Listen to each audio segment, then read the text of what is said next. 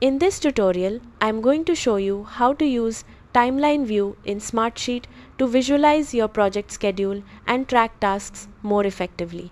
First, open the Smartsheet project sheet you want to display in Timeline View. Make sure your sheet contains a start date column and an end date column. These date fields are required for Smartsheet to create a timeline. If you don't already have them, create new columns and set their column type to date. Next, enter the start and end dates for each task in your project. Once your dates are in place, click the Gantt view or timeline view option from the toolbar to switch from grid view to the timeline layout.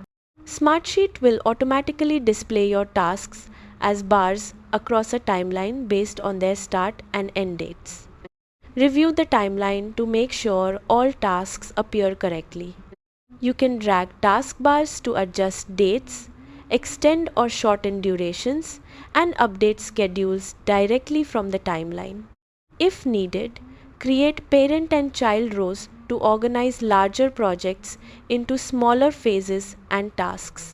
You can also add dependencies between tasks, so Smartsheet automatically adjusts schedules when dates change. Use the timeline to identify overlapping tasks, monitor project progress, and communicate schedules more clearly with your team and stakeholders.